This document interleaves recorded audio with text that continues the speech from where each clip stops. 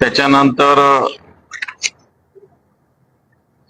कर्जमाफीची जी योजना आहे ती, संभाजीनगरचं बस पोर्ट प्रकल्प, त्याच्यानंतर जालन्याचं ड्रायपोर्ट प्रकल्प, आदिवासी विभाग आणि मराठवाड्यातले वेगवेगळे विषय, मग शासकीय विधेयक असेल, प्रश्नोत्तर असेल, लक्षवेधी असेल, मग वेगवेगळे डिव्हाइस, जवळपास 13 डिव्हाइस आहे.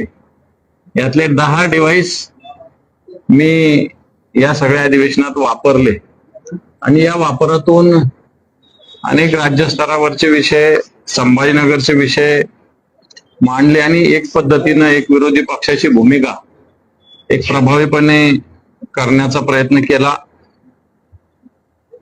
कर्जमाफीची जी योजना आहे याच्यामध्ये सरकारने दुरुस्ती करण्याचा निर्णय जाहीर केलेला आहे, पण ती झाल्याशिवाय काही स्पष्ट बोलता येणार नाही. शिवभोजन केंद्राचा मुद्दा एक महत्वाचा होता, तोही मांडलेला आहे. आणि सगळ्यात महत्वाचं आपल्या शहरातलं पैठण जिल्ह्यातलं पैठण संतपीठाच्या विषयी जे अजून त्याला आधुनिकीकरणासाठी मान्यता सरकारने दिलेली आहे.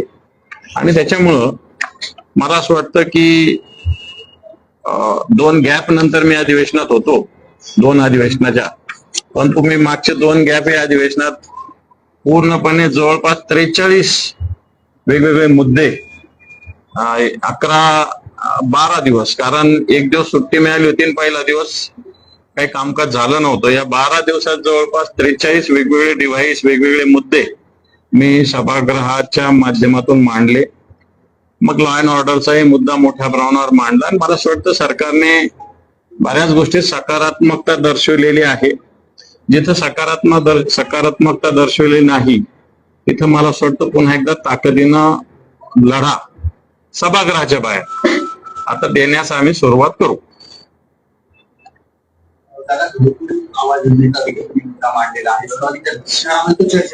हो, घरकुलाचा जो मुद्दा आहे संभाजीनगरातला अतिशय महत्वाचा आहे.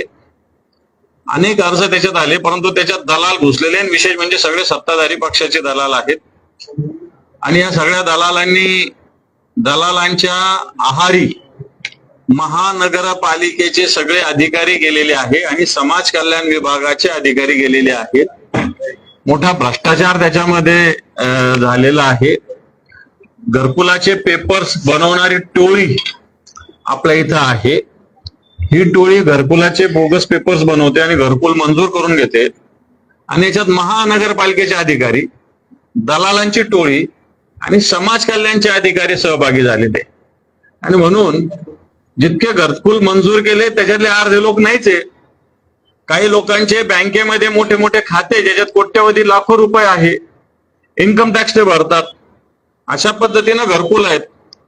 या घरकुलासाठी देवेंद्रजी फडणवीस आणि एकनाथ शिंदे साहेबांचा कास्ट सर्टिफिकेट, आधार कार्ड, इन्कम सर्टिफिकेट आणि महानगरपालिकेची टॅक्स पावती मी सभागृहात दाखवली.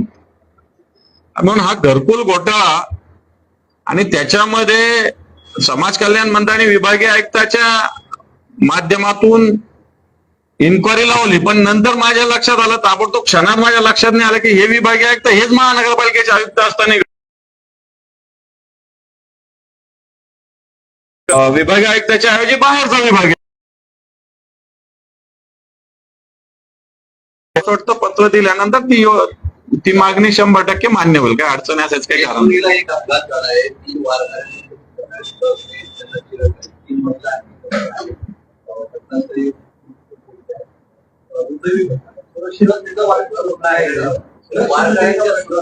हे पहा, मला असं वाटतं आम्ही वारी सुरू व्हायच्या 2 दिवस आधीच ज्या पद्धतीनं मिसिंग लिंकवर घटना घडलेली होती त्या पद्धतीनं वारकऱ्यांच्या, कारण सरकारने सुद्धा आवाहन केलं होतं वारकऱ्यांनी देहूला किंवा आळंदीला येऊ नये, डायरेक्ट पुण्याला यावं.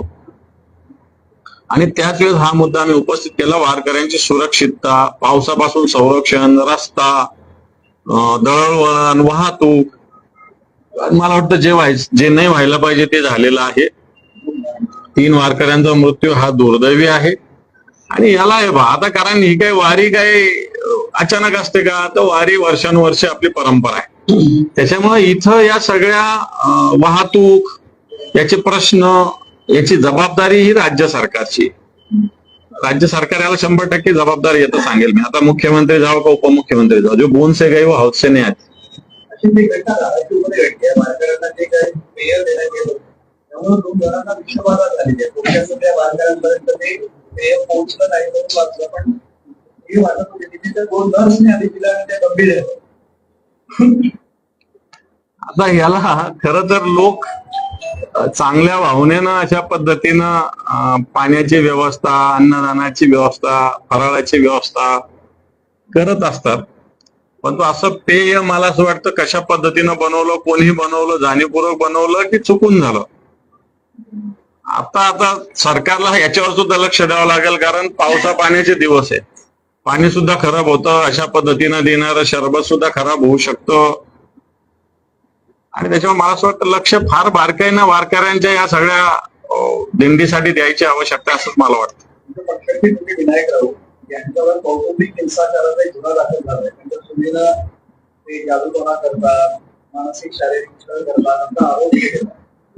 मला असं वाटतं जाणीवपूर्वक राजकीय हेतून केलेला प्रकार दिसतो. मी काय विनायक राऊत साहेबांशी बोललो नाही, कारण 2023 नंतर 2026 खरं तर 6 महिने असा कोणताच संपर्क नवरा किंवा बायकोचा जर नसलाच तर मला वाटतं कायदेशीर कोणताच अधिकार उरत नसतो. आणि 3 वर्षानंतर अशा पद्धतीनं जाग येणं, याच्यात कुठेतरी पाणी मुरतं हे स्पष्ट दिसतंय. जाणीवपूर्वक राऊत साहेबांना किंवा राऊत साहेबांच्या कुटुंबियांना बदनाम करण्यासाठी किंवा शिवसेनेला बदनाम करण्यासाठी अशा पद्धतीनं हे केलं जात असावं, याला 100% या सगळ्या विषयाला पूर्ण शक्यता आहे. कारण राऊत साहेबांनी स्पष्टीकरण केलेलं आहे. बाकी मी त्यांच्या कौटुंबिक याच्यात जायचं काही कारण नाही.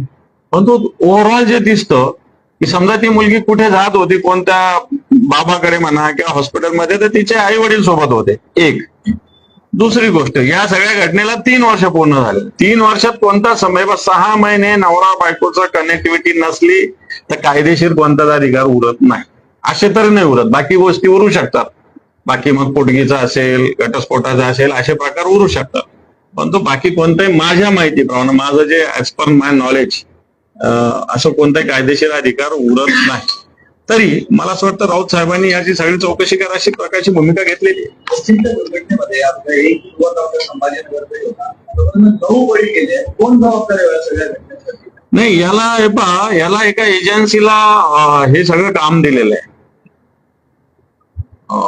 2 कंपन्या आहेत, मला त्या कंपनीचं नाव नाही लक्षात, पण एक BVG त्याच्यात एवढं मला माहिती आहे. आणि खरं तर या जी इमारत आणि हे जिथं कचरा आहे त्याच्यात 100 मीटरचा बफर झोन असला पाहिजे असा नियम आहे.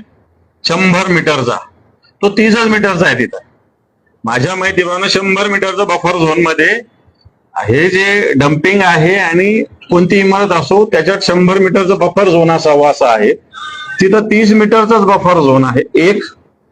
आणि याच्यात ज्या कंपन्यांना हे दिलेलं आहे त्यांनी प्रोसेसिंग सगळं उशिरा सुरू केलेलं आहे. ढिगारच कोसळलेला आहे, त्याच्यात पहिल्या मजल्या पण आला, म्हणजे किती उंच ढिगार गेला होता ते आपण त्याची कल्पना करू शकतो. मला वाटतं याला कंपनी आणि महानगरपालिका दोन्ही जबाबदार आहे. ज्या कंपनीला काम होतं ती कंपनी आणि तिच्यावर नियंत्रण ठेवणारी कॉर्पोरेशन, या 2 लोक याला जबाबदार आहेत, 2 संस्था याला जबाबदार आहेत.